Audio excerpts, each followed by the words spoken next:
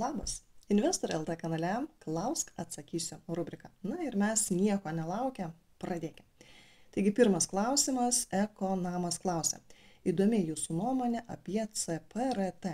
Atrodo verslas stabilus, nukrito savaitiniam iki 200 EMA, nuo kurio istoriškai kyla į viršų. Aš tikrai esu kalbėjusi apie šią kompaniją neseniai, nes pamenu tikerį. Šiaip nesu jos sekusi anksčiau, bet man labai patiko jos rezultatų dinamika. Jūs pats pasižiūrėkite, kaip gražiai auga pelnas, pajamos, beveik neturi skolų, ją laiko ir instituciniai, tikrai kompanija yra verta dėmesio.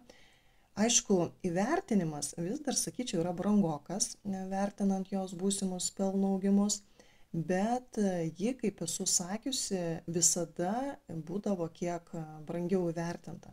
Ir kol viskas gerai, tai investuotojai tikrai sutinka su priemoka už stabilų verslą. Na, bet kai atsiranda problemų, tai žiūrėk ir atsiranda baudimas tų kompanijų. Dabar, kaip matome, jinai kiek vėsta, tas jokiais būdais nėra blogai, aš netgi sakyčiau, kad kaip tik yra gerai. Ir jeigu jau apie techninę analizę kalbat, tai aš irgi pasisakysiu, nes reikėtų, aišku, atidžiau žiūrėti į smulkesnį time frame, bet panašu, kad jinai lyg ir grįžta į buvusi palaikymo lygį ties 45 su trupučiu. Kol kas dar čia pasipriešinimas, bet jeigu pramušim ir atitestuosim, tai jau bus ir pozityvo, kad atsilaikysim ant naujo palaikymo lygio. O taip gali būti, nes RSA yra pakankamai žemai. Ir dar, kas man čia patinka, kad pardavimų apimtis, kaip matome, mažėja pagal net volumą. Čia delta yra žemiau, rodo pardavėjus. Tai gali būti, kad visi, kas norėjo išsiparduoti, gal beveik ir išsipardavė. Todėl galbūt ir nebebus ateityje tokio stipraus spaudimo kainai žemyn. Bet aišku, reikia stebėti volumą ir jeigu jisai sukils, tada jau sekti, kur juda kaina. Nors, aišku, momente užteks mini negatyvo, kad kaina nustumtų iki sekančio stipraus palaikymo ties 42,5 kažkur. Bet tada gal jau tikrai turėtų stipriau atpirkinėti, todėl pildytis galbūt neskubėčiau, bet atsidaryti poziciją ir per laiką užsipildyti prie pakritimų, jeigu šita kompanija patinka. Tai tikrai variantas gan įdomus. Važiuojam toliau. Eko statyba klausia. Labadiena, kompanija PROP, naftos dujų išgavimas. Stipriai padidėjo pajamos ir išėjo į pliusą po pelningų įsigijimų. Kredito linija 1 milijardas, skola 0,5 milijardo. Išvalgyta telkinių užtenktų 10 metų darbo. Perka insideriai ir instituciniai. Išleido $250 000 reklamai. Hedžuojasi, tai naftos kainos kritimai apdrausti. Prašyčiau pažiūrėti, gal kažko neįvertinu.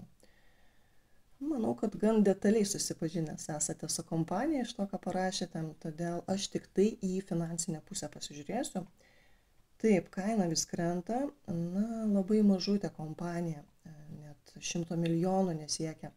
Tai kainos manipuliacijos čia yra, kaip sakyt, labai platus keliai. Bet kas yra super blogai, kad jinai labai skiedžia akcijas. Ir tas, aišku, spaudžia kainą žemyn. Ir dar jinai yra užsikreditavusi iki ausų. Tai, aišku, kito kelio nėra, kaip jinai gautų finansavimą. Tai ryškiai kreditoriai jai paskolos jau nebeduoda, todėl sukasi kaip išmano. Bet investuotojams tas matome, kad labai nepatinka. Ir čia žiūrėkite, yra 5,9 debt to equity. Tai reiškia, kad įmonės kiekvienam doleriui nuo savo kapitalo tenka beveik $6 skolų. Tai čia yra žiauriai didelis svertas. Ir jeigu kas pasisuks ne taip, tai bankrotas labai ryškiai šviečia. Aišku, jeigu jinai išpildys lūkesčius ir kitais metais išeis į pelną, tada situacija atrodys daug patrauklesnė investuotojams. Ir akcijas galimai tada aktyviau supirkinės. Ir nebesijaus galbūt ir to skiedimo. Bet vėlgi, tas skiedimas, aš manau, kad yra neišvengiamas ateityje. Ir dar kitas dalykas. Kai jinai 10 metų veikia nuostolingai, tai vieni metai pelno gali labai didelio efekto ir nepadaryti. Ir nesužavėti investuotojų. Nes rizika gan didelė. Ir tokie aktyvai tinka tikrai ne kiekvienam portfeliui. Bet kas mėgsta riziką, kai yra tiek šortistų prisikaupę, nu, tai ir menkas pozityvas gali sukelti short squeeze. Tai jeigu jūs turite atsidaręs poziciją, tai aš labai linkiu, kad viskas sukristų labai gerai, taip kaip reikia, kad jūs uždirbtumėte net kelis iksus. O mes važiuojam toliau. Rykis klausia, gal galite padaryti plačią apžvalgą apie Microsoft? Galiu turbūt, nesu dariusi jos, todėl bus, manau, naudinga turėti kanale tokio giganto apžvalgą, todėl artimiausių metų tikrai pasistengsiu parengti. Toliau, Vajur klausia, kokia nuomonė dėl naujų Antano Guogos remiamų akcijų STKE Sol Strategies, kur slypi jų vertė? Na, atvirai aš pasakysiu, aš tikrai neseku, ką remia šis pokerio legenda, nes aš atsimenu, kad gal prieš 20, gal net ir daugiau metų, kai dar dirbau krupje, tai mes žiūrėdavome darbe per ekranus, kaip jisai žaidžia ir ten visada turnyrai būdavo pas mus transliuojami, tai žodžiu, dalini kortas klientams ir nebendrauju su jais, kad tik nemaišytų žiūrėti, kaip Tonis žaidžia. Tada beveik mes visi turėjome savo favoritus ir tuo metu tikrai buvo įdomu žiūrėti, kaip tautietis varo. Bet dabar kokie yra jo verslai, ką jisai ten remia, aš tikrai nežinau. Tikėtina, kad į skemą nekištų savo pinigų. Nors žiūrint į kompaniją, tai man čia tikrai nėra ką vertinti. Bet gali būti, kad jisai kažką daugiau žino, jeigu investuoja. Iš principo, kiek suprantu, čia yra statymas ant Solanos. O ant Solanos aš irgi statau. Ir nes kiek man teko domėtis kripto, tai šitas variantas tikrai yra įdomus, žiūrint į perspektyvą.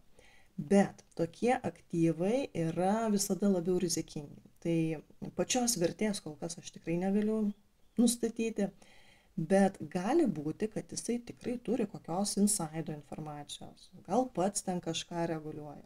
Todėl, jeigu jūs jį sekate, jeigu jisai dalinasi savo sandoriais, jūs matote, kaip jam sekasi, tai irgi gali būti visai gera strategija. Tik svarbu mokėti valdyti savo rizikas. Pagal save, ne pagal kitų rizikos toleravimo lygį. Gerai, važiuojam toliau, bet klausimas tikrai buvo labai įdomus. Ačiū Jums už jį. Toliau, rėmėjo klausimas. Detalė klausia, ačiū, pasirinkau ADC. Čia iš praeito epizodo mes lyginame dvi kompanijas, tai, kaip suprantu, pasirinkote rizikingesnę. Ok, važiuojam toliau, dar po vieną. Apžvelkit BAK. Pasižiūrim. Brazilija. Kaina krenta, kol kas trendas žemyn, bet čia matome tam tikrus ciklus kainos. Kaina vaikšto tokiamis didžiulėmis bangomis. Dabar jinai nukrito iki 2003 metų lygio. Ir dar klausimas, ar jau sustojo. Ar čia jau kaina apsisuks ir jau keliaus į viršų. Kol kas ženklų nėra, dar reikia laukti. Tiesiog reikia turėti kantrybės. Ir čia jau vien Brazilija neša padidintą riziką. Plius analitikai jie įmažina reitingą. Tai kol kas pozityvo nėra. Kiti metai dar bus nuostolingi. Kompanija nedidelė. Aišku, reikėtų pasidomėti, kodėl apskritai paskutiniu metu buvo toks stiprus išpardavimas. Gal yra apskritai kažkas labai rimto tenai toje kompanijoje. Todėl be detalios analizės čia geriau nelįskim. Toliau, Skomafor klausia. Ačiū už video, įdomi jūsų nuomonė būtų apie Pace. Iš karto dėkoju. Pasižiūrėkim. Software, nedidelė kompanija, bet veikia pelningai. Čia dideli lūkesčiai yra įskaičiuoti kainą ir kai kažkas per ataskaitą netitiko, tai kompanija, kaip matom, buvo griežtai nubausta. Investuotojai tikrai stipriau išsipardavė, nuo 9 beveik dolerių iki 6 nutempė kainą. Atrodo, kad visi pamatė jos brangumą, ir tiesiog leidžia aktyvai atvėsti. Nors ir dabar jinai dar nėra pigi po šitos korekcijos ir kai tokia maža kapitalizacija, tai jūs žinote, kad kainą tikrai galima stumdyti visaip. Todėl eidami tokias istorijas, jūs supraskite, kad labai rizikuojate. Važiuojam toliau, Kautra klausia. Būtų įdomi investoriaus nuomonė apie Alcoa. Aliuminio kompanija PEG ir PE rodikliai atrodo gerai. Aš puikiai žinau šitą kompaniją, aš nekartą esu laikiusi ją portfelį. ir po kovidiniu laikotarpiu jinai lėtai, bet tikrai labai gerai augo, o paskutiniais metais, kiek žiūrėjau, tai labiau fletu juda tarp 24-34. Būna aišku, kad trumpam stipriau prasiveržia, bet jie, matote, kitiems metams mažina lūkesčius, planuoja, kad sumažės pelnas ant akcijos ir dar plius jinai stipriai praskiedė savo akcijas. Tai gal ir normalu, kad lūkesčiai bus mažesni. Bet jeigu mes kalbame apie ilgesnę perspektyvą, ne 1,5 metų, tai jie atrodo gan įdomi. Bet reikėtų pasižiūrėti paskutinį jos ataskaitą ir man netgi labai įdomu pasidarė, kasgi ten nutiko. Todėl jeigu aš nagrinėsiu, tai galėsiu pasidalinti atskirame video. Aišku, nepažadu 100%, kad nagrinėsiu, bet galbūt ir nagrinėsiu ir padarysiu atskirą video apie tai. Toliau, D2 klausia. Gal galėtumėte pakomentuoti PayPal, ar yra šansų, kad dar kils akcijos kaina? Tikrai liūdesys yra su šita kompanija, kas liečia akcijos kainą ir ypač, kai atrodo, kad viskas aplinkui tik tai auga ir gan sparčiai auga. Ir jūs pasižiūrėkite patys, kompanijos pajamos auga, pelnas irgi augantis. Net marža apie 15%, kaip ir nėra labai blogai, ar ne? Baibekus didelius daro, bet kaina nekyla kaip norėtųsi, tiesa.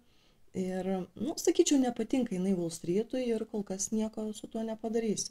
Ir plus ataskaitos buvo neblogos, bet investuotojams tikrai nepatinka didelė konkurencija. Apple Pay, Google Pay tikrai labai sparčiai atsiriekia rinkos dalį iš PayPal'o. Ir pavyzdžiui, aš irgi renkuosi ne PayPal'ą, todėl problema yra labai suprantama. Ir ilgalaikėje perspektyvoje tai reiškia, kad PayPal'as turės arba atrasti naujų augimo krypčių, ką ji beje ir daro dabar, nes eina pakankamai aktyviai į kripto industriją, bet ir konkurentai nemiega. Tai jeigu jie sugebės stipriai sumažinti sąnaudas, jeigu jinai ir toliau vykdys aktyvę buyback programą, tai kaina tarp 80-90, manau, kad dar pamatysime. Turėtume mes visgi uždaryti likusį gepą ten viršūniai, bet kad kaina galėtų būti ir dar aukščiau, jau turbūt, kad nelabai. Prieš 60 visai įdomus variantas yra ją pirkti, ir tiesiog laukti kokio 85-88 dolerių. Bet čia, aišku, yra ne rekomendacija. Važiuojam toliau. Richardas klausia. Labas, įdomu, Baidu kompanija, kokios perspektyvos? Pagal mane tai ten jau beveik viskas yra kainoje, nes panašu, kad kelių metų perspektyvos jau yra įskaičiuotas į kainą, ypač po paskutinio ralio. Nors jeigu išliks stiprus AI hypas, tai tokios istorijos tikrai gali dar augti ir gan stipriai. Visgi čia daug pozityvo pasiėmė Kinija ir pradžioje dėl netikėto DeepSeek dirbtinio intelekto modelio, kada kilo didžiulė pozityvo banga, apskritai kilo susidomėjimas visa Kinijos dirbtinio intelekto pramonė, nes vis drąsiau pradėta kalbėti, kad Kinijos politika švelnėja AI atžvilgių, kad kompanijoms spaudimas iš reguliuotojų silpsta ir panašiai. Tai natūralu, kad Kinijos rinka vėl tapo patrauklia, ypač po to, kai buvo ilgą laiką labai stipriai nuvertinta. Bet labai didelio potencialo aš asmeniškai jau nematyčiau Baidu kompanijoje, nes kompanijos rezultatai nėra tokie jau stiprus, kad toliau išlaikytų tokį augimą. O po stipresnių augimų, kai nebėra aiškaus pateisinimo, kodėl turėtų tos akcijos ir toliau brangti, tai paprastai ateina jų atvėsimo laikas. Mes per sekmadienio video kalbėjomės, kad yra problemų su paieškos reklama, su kuo ir susidūrė Baidu, bet rinkai labai patiko Google'o atšokimas. Todėl čia aš manau, kad buvo tiesiog daugiau kainų žaidimas. Todėl su tokiom istorijomis aš jau būčiau atsargesnė. Nors aišku, pati kompanija tai labai atrodo ir įdomi, ir pajėgi su visomis savo verslo kryptimis. Bet Kinija yra ir taip jau su padidinta rizika, todėl po stipresnio augimo aš kaip tik ieškočiausi būdų fiksuotis, o ne galvočiau apie pirkimą. Bet čia aš. Jūs, žinoma, padarysite taip, kaip jūs nuspręsite. Važiuojam toliau. Lahyrė klausia. Koks komentaras būtų dėl ATIR farma kompanija, kurios trečioji fazėje placebas pasirodė geresnis nei jau kuriamas vaistas? Čia kur Antanas Guogas skelbė, kad nusvilo, kai nuo $6 iki $1 nuvažiavo. Mano galva, tai ten visiškai nekas artimiausiam laikotarpiui. Bet tai koks populiarus tarp investuotojų pasirodė yra Antanas? reikės pradėti ir man domėtis, kokį jisai ten dalinasi. Bet jeigu mes kalbame apie biotechnologijas apskritai, tai čia kaip ir plus 1000%, taip ir minus 99% gali būti labai nesunkiai. Todėl tokios spekulacijos yra labai rizikingos. Ir čia viskas priklauso, kaip jūs sakot, nuo FDA, nuo tyrimo rezultatų. Ir paprastai tokios kompanijos dar būna nedidelės. Todėl kaina čia gali būti stumdoma ir su sąlyginai nedideliais pinigais. Ir kai lūkesčiai yra dideli, kai tyrimas jau 3 fazėje, ir jeigu molekulė būtų parodžiusi puikius rezultatus, tai jūs tik tai įsivaizduokite, kokia čia būtų raketa buvusi, kai tiek yra prisikaupę šortų. O kad nusvilo, visiems yra tai buvę ir jeigu prisiemi didesnį riziką, jeigu eini į tokias istorijas, tu turi jau būti pasiruošęs tokiems dalykams. Bet kad jis pasidalino būtent tokia istorija, tai aš žiūriu kaip labai gerą dalyką, nes žmonės bus atsargesni su spekulacijomis, gal sumažės kvailų iliuzijų, kad čia manęs vien X-ai laukia. Žodžiu. O kaip nagrinėti biotechnologijas, aš esu dariusi atskirą video, todėl jeigu įdomu, labai kviečiu pasižiūrėti, aš įkelsiu nuorodą į šio video aprašymą, kad būtų lengviau rasti. O su šia istorija, tai manau, kad reikės turėti kantrybės. Gal čia viskas ir susitvarkys. Važiuojam toliau, Niunis klausim. Turiu nedidelę poziciją CAVA, galvoju apie pozicijos papildymą, kokia tikslinė kaina galėtų būti artimiausius 1-2 metus. Aš neseku šitos kompanijos, o tiksliniai kainai nustatyti reikia ir laiko, reikia ir susipažinti su kompanija ir panašiai. Jeigu žiūrėti į rodiklius, tai ji sumažino lūkesčius ateinantiems metams ir dėl to kaina koreguojasi. Jinai jau buvo gan brangi ir dabar dar, kaip matome, brangesnė tapo, todėl korekcija prie negatyvo žemyn čia laisvai gali ir tęstis. Matote, industrija restoranai ir ši industrija klesti, kai ekonomika auga, kai žmonės nori išlaidauti. O ar artimiausių metų nusimato būtent toks scenarius? Nebūčiau aš jau tokia tikra. Jeigu ji būtų stipriai neįvertinta, tada būtų kitas dalykas. Tada būtų galima šiuo metu ją pirkti pigiai, ir laukti atsigavimo. O dabar situacija yra tokia, kad ji nėra pigi. Todėl, kam pirkti tada brangų aktyvą, kai neaišku, ar greitų metu jisai atsigaus. Tai aš neskubėčiau su ją, o gal ir žemiau dar bus kaina, nes prie tokių rezultatų tai visai logiška būtų, kad ir žemiau nusileistų. Ir $60 tai jinai tikrai yra neverta. Manau, kad tikrai turėtų dar koreguotis. Važiuojam toliau. Vytautas klausia, ar geriau naudoti vieną brokerį, pavyzdžiui, BKR ir aktyviai prekybai ir pasyviai į ETF-us, ar turėti 2 brokerius? Gal patogiau turėti vieną brokerį. Tarkime, jūs atsidarote į BKR ir jame yra galimybė nemokamai turėti kelias sąskaitas. Tai jūs kiekvienoje sąskaitoje ir galite formuoti skirtingas strategijas. Kitaip sakant, jūs galite turėti 2 atskirus ar net kelis atskirus portfelius. Ir iš esmės vienintelis brokeris gali tą puikiai patenkinti. O kaip prisijaukinti į BKR, tai žinokite, kad yra atskiras grojaraštis kanale, todėl naudokitės. Kaip visada, naudingos nuorodas yra šio video aprašyme. Važiuojam toliau, Mindaugas. Ką manote apie Oklo? Žinote, kai kompanija leidžia užsidirbti, tai blogai, aš niekada nieko neturiu ką pasakyti. Bet kol kas daugiau čia buvo spekulacijos su ją, ypač kai visi pradėjo kalbėti apie augantį energijos poreikį, duomenų centrams, pramonės objektams, karinėms bazėms ir panašiai. Todėl tokios istorijos buvo labai patrauklios ir su augančiu trendu buvo galima tikrai nemažai nugriebti. O dabar aš jau ją tik tai stebiu, kol kas spekuliuoti jau nesiveržiu, nors bet kada sprendimas gali pasikeisti, ypač jeigu mūsų uždarame klube techninės analizės gūrų kažką įdomaus pamatys, kažkuo pasidalins, gal ir vėl užeisim. O gal kitą istoriją rasim, kas šį žino. O kaip prisijungti prie mūsų uždaro klubo, jūs rasite šio video aprašyme. Važiuojam toliau. Klausimas, kaip manote, kaip smarkiai AI įtakos Adobe ateitį? Kol kas jokios įtakos pasak paskutinių raportų nesimato, įmonės apyvarta toliau auga, įmonė vykdo aktyvią buyback programą ir šiaip dauguma fundamentalų kriterijų geri, tik akcijos kainos kryptis neigiama. Aš pati nusipirkau Adobe šitam pakritime ne per seniausiai ir žiūrint į ilgesnį periodą, aš visgi, aš turiu omeny kelis metus, galbūt ne pusantrų, bet aš matau $600 už akciją kainą ir kol mes nepriartėsim iki panašaus lygio, aš tikrai nežadu parduoti tų nupirktų akcijų. Todėl man jinai tinka, aš kantrybės turiu, o pati kompanija, aš sutinku su jumis, jinai yra gera, viską jūs teisingai nurodėte, tiesiog kol kas jos nenori, nemėgsta.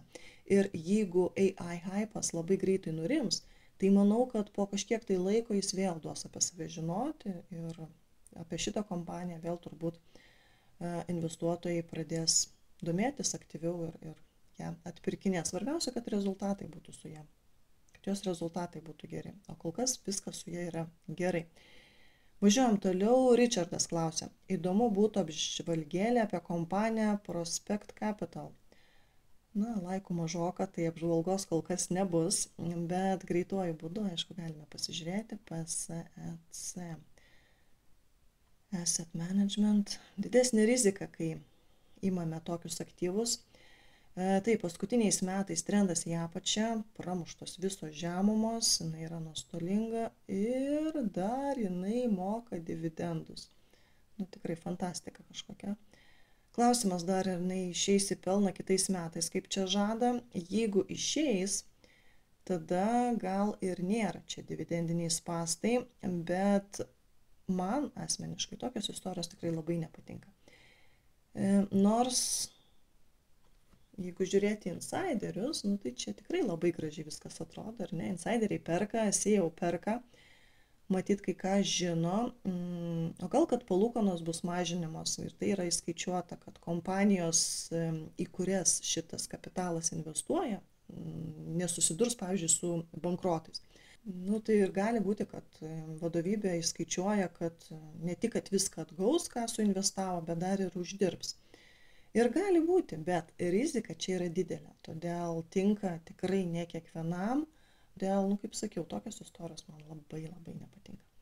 Važiuojam toliau, Aurimas klausia, sveiki, ką manote apie kompaniją Oklo? Gal turite paskaičiavusi savo kainą jos akcijoms, pastaruoju metu jis sparčiai šovė į viršų, ar tai tik lūkesčiai, ar ji iš tikrųjų verta dėmesio?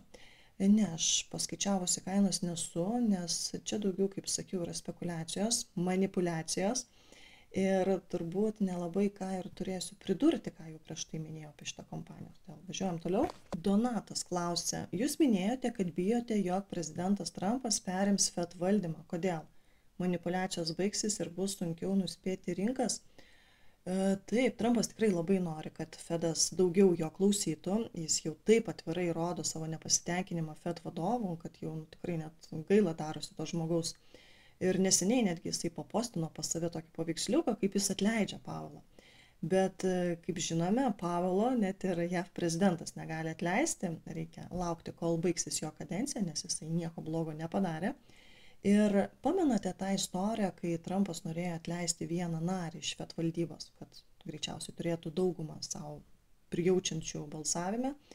Tik pasirodo, kad nėra taip viskas paprasta, nes atleidimo nebuvo.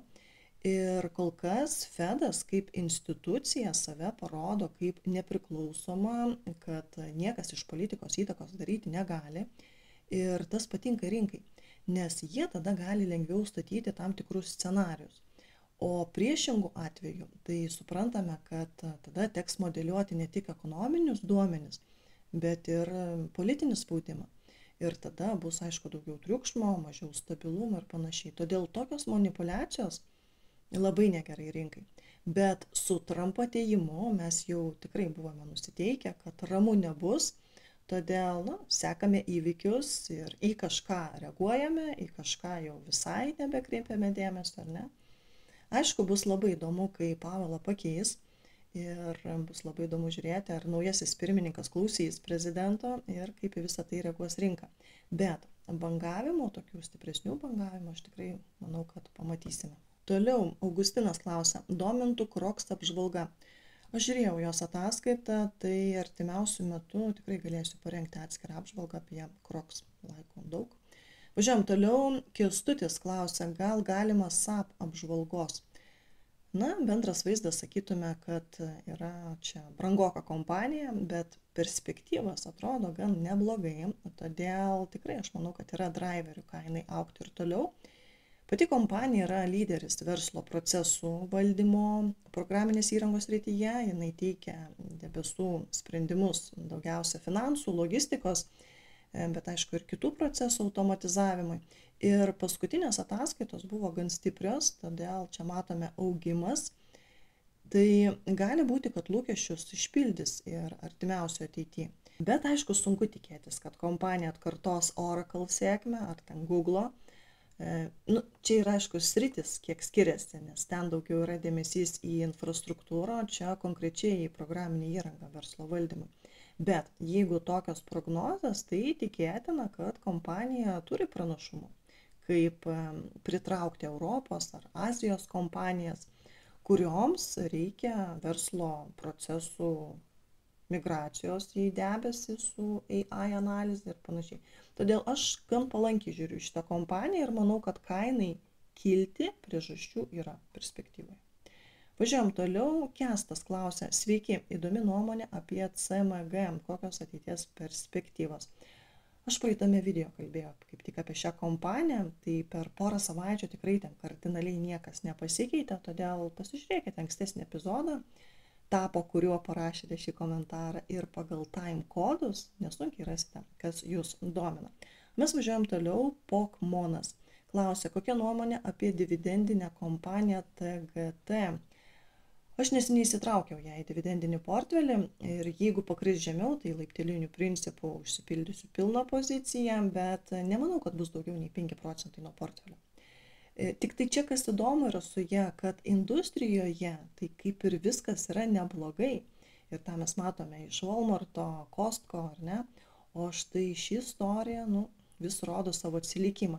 Bet aš asmeniškai stengiuosi tokius momentus išnaudoti su ją, nes aš ir anksčiau esu stipresniuose pakritimuose ją nusipirkus, ir kai jinai atsigauna, tai atsisveikinu su ją.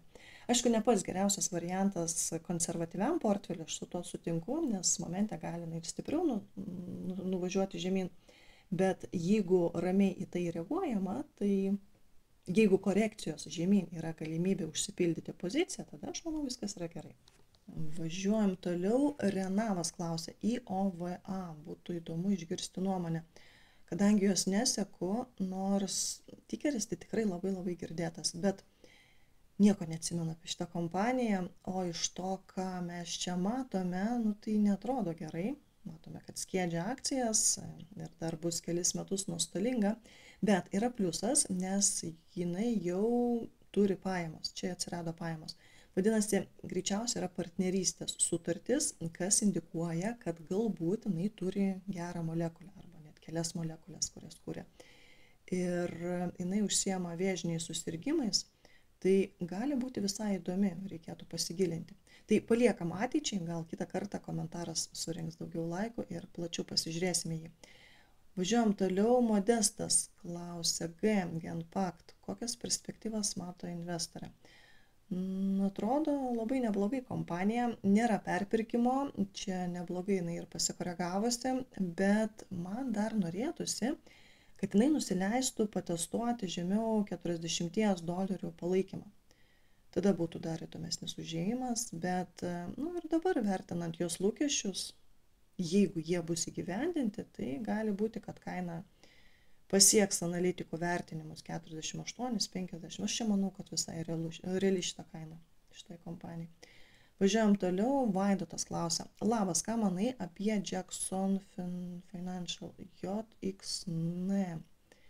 Pasižiūrim. Life Insurance. Pagal praeities rezultatus, tai labai nestabilus verslas, bet kas gerai, kad savo akcijas išpirkinėja iš rinkos ir kitais metais planuoja geresnį rezultatą pasiekti, bet žiūrint į tą, ką ji planuoja, tai didelių lūkesčių akcijos kainai aš gal nekelčiau. Aš manau, kad jinai labai teisingai yra dabar šiuo metu įvertinta. važiuojam toliau. Rėmėjo klausimas. Marius klausia. Gal galit pakomentuoti BRKR? Taip, kaina iki 20 metų žemumų nusileido, nors čia visa industrija turbūt ne pačius geriausius laikus išgyvenam, todėl gali būti, kad ne su šita kompanija konkrečiai yra problema, o tiesiog visa industrija kenčia. Ji kažką, matome, didelio nusipirko 24 metų antrą ketvirtį, tada stipriau skolos išaugo, bet su skolų aptarnavimo, žiūrėjau, nėra problemų. Taip pat didelė akcijų emisija, čia vėlgi suprantama, reikėjo pinigų įmoniai, tai kaip ir nėra dėl ko pykti, bet investuotojams, aišku, tas nepatinka, gal kad teks ilgai laukti atsipirkimo tos investicijos, nes nuo tada ir krenta akcijos kaina. Matot, čia kaip tik tą patį ketvirtį aktyvai padidėjo, kas iš principo yra gerai, nes aktyvai yra pajamų ir pelno augimo generatorius. Ir pradžioje viskas veikia taip, kaip ir turėjo veikti. Pajamos ir pelnas išaugo ir panašiai. Tik bėda čia yra ta, kad labai neilgam. Nes matome, kad pelningumas vėliau krenta.